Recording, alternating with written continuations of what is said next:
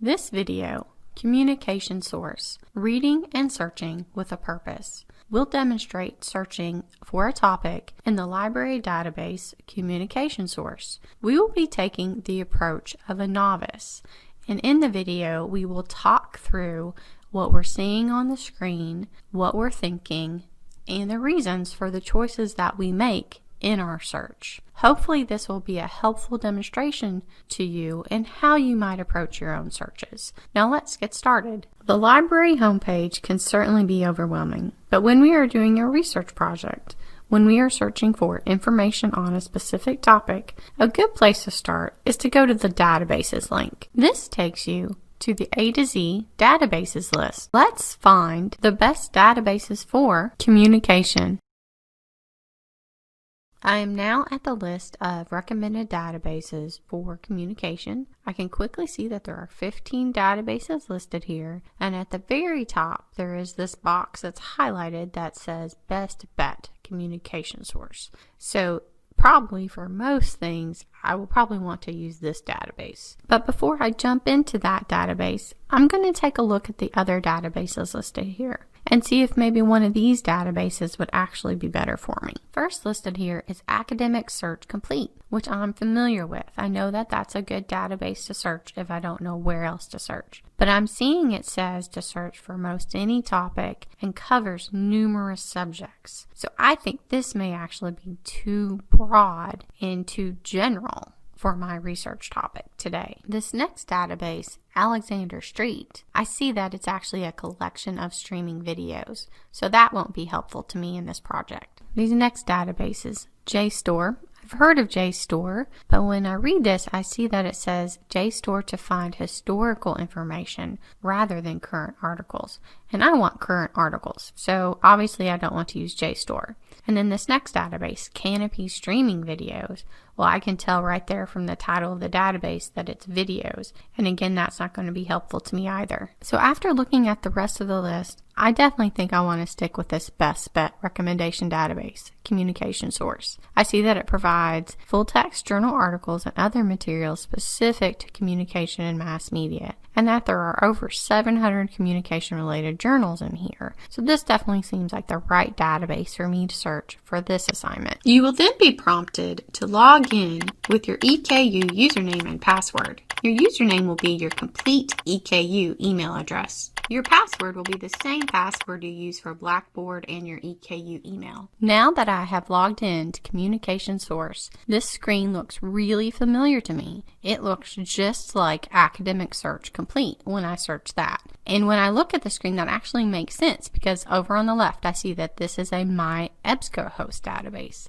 And I know that Academic Search Complete is an EBSCOhost database too. So already I know that I know how to search this database, or at least kind of know how to search this database. Before I get started searching, one thing I know is that I could actually add more databases to the search if I needed to. Communications is multidisciplinary just by nature, so I'll remember that I may want to add other fields, other databases to this search once I get into it. So I'm going to hold on to and remember this option. Looking at the suggested topics from our assignment prompt, I'm going to go with face and facework.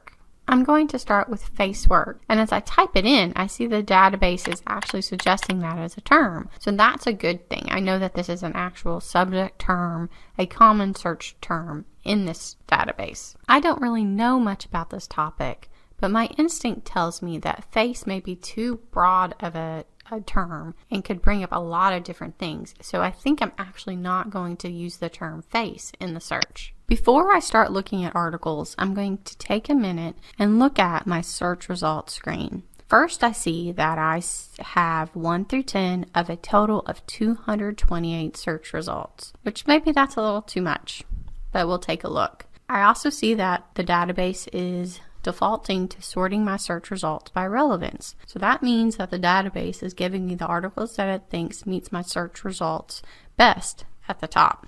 I can do something with my page options, and I have a list of articles here on this screen. So now I'm actually going to start looking at some of the search results specifically.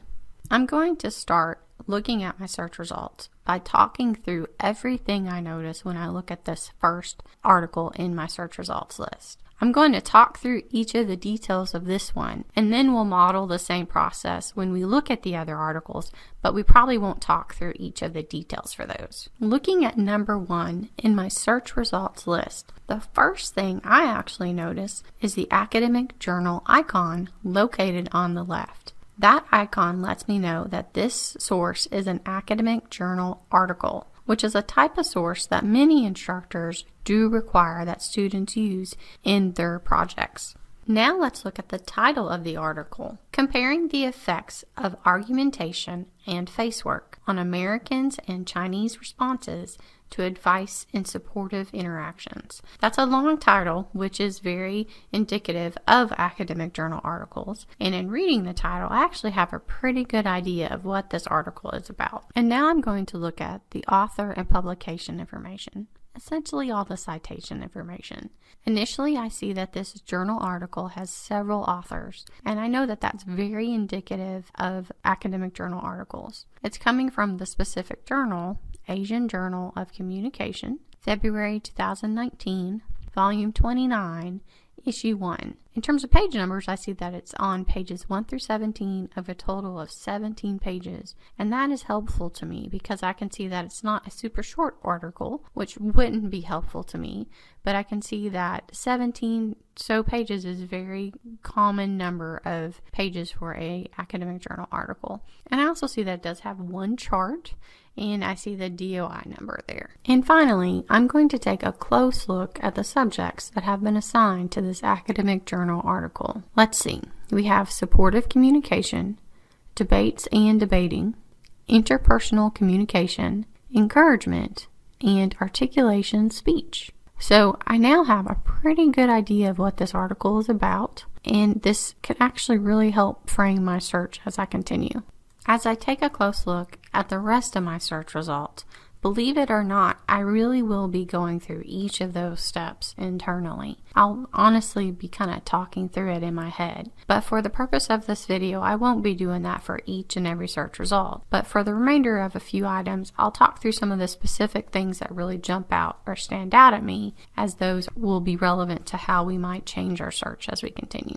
Let's get started. Looking at results number 2 and 3, my initial reaction to these two articles is they're not really what I'm looking for. With number 2, I can see it's more about computer software and social media specifically, and that's not really related to what I'm interested in at all. And number 3 seems to be more about the actual research process, the qualitative analysis that would be used to give feedback to instructors. So I'm going to move on and continue to look at my search results. Number 4 seems to be more about smokers and non-smokers, to be honest, and I'm not really interested in that. I'm not seeing the term face work or anything related to that in the subjects field. And number 5 isn't in English, so I can't read that, so that one's not helpful to me either. Number 6 looks off target for me as well, but number 7 looks interesting. A cross-cultural comparison of Ecuadorian and United States face work, and conflict styles during interpersonal conflict. An application of face negotiation theory. And then the subjects are interpersonal conflict, face negotiation theory, United States, Ecuador, cross-cultural studies, and comparative studies. A couple of things are really catching my eye here. First, the cross-cultural terms in the title and in the cross-cultural studies in the subjects. Also, this new term, this face negotiation theory. I'm seeing that in the title, but I'm also seeing that that's an official subject term as well. For number 8, I'm again liking this article, and I'm noticing some similarities. I'm noticing that it is comparing some two cultures again, and I'm also noticing the use of the word cultural in the subjects. Cultural identity, cultural boundaries, and even cross-cultural studies again. After reviewing my search results, I'm going to refine my search just a little bit by adding the keywords culture or cross-cultural or intercultural to my search. In looking at my search results, I liked the articles that had those terms associated with them better, and so I want to see what happens if I can add those keywords to my search. Now let's take a look at our revised search results. One of the first things I actually notice is that we've reduced our number of results from over 200 to just 85. Now let's look at the results themselves. One of the first things I'm noticing is the subject term face negotiation theory popping up again. I'm also noticing a new subject term, face perception, associated with the articles that are more in line with what I'm thinking about. Both of these articles look good. They both have the cross-cultural keyword highlighted in several different places. I'm liking both of these articles as well. Again, I'm seeing a lot of the cultural, intercultural, cross-cultural keywords highlighted in both the titles and in the subjects. And I'm also seeing that face negotiation theory subject again. Based on my search results and the fact that I'm liking the articles that have that face negotiation theory subject attached to them, I'm going to add that and another keyword to my initial keyword of face work. Let's get started with that.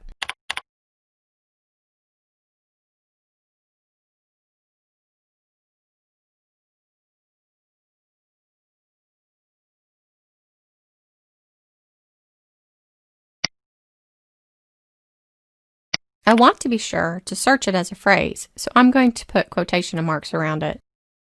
And using the OR operator again, I'm going to add the term face perception too. And now let's take a look at my second time revised search results. Looking at these search results, I think I have certainly refined this list to be more helpful and useful to me. As I continue to scroll through these results, I'm going to be mindful and pay attention to the icon that is on the left of each source. I want to make sure all those are saying academic journal to indicate an academic journal article. Many instructors do require that your sources for some assignments be all academic journals. So if I'm seeing sources that aren't academic journals, I may go ahead and click this peer-reviewed limiter, which will then refine my results even further to limit my results to only peer-reviewed journal articles. The other thing I might do is remember that I can add additional databases to this search. And for this topic, as I learned more, there's definitely a lot of overlap with psychology in this topic. So what I may do as I look through my search results, if I think I could add more, if I need more, I can go back up to that choose databases and add some psychology databases to this search. To get the full text of the article, I'm going to simply click on the PDF full text link. To save the PDF of this article, we recommend doing one of a couple different things depending on your preferences. One option is to click on the download PDF and then save this PDF to your personal computer. Another option is to use some of those tools on the right. You'll notice the icon for the Google Drive. Saving the PDF directly to your Google Drive is a great way to save this. Another option is to use the email option. And when you do that, select the option to email the article to yourself with a PDF of the article attached. Those are both two really good options as well. What we want to caution you against is using the folder option, because a lot of times when you save things in there, they will disappear once you're done with this session. And a lot of students have lost a lot of things by using that option. I also want to caution you against grabbing the URL.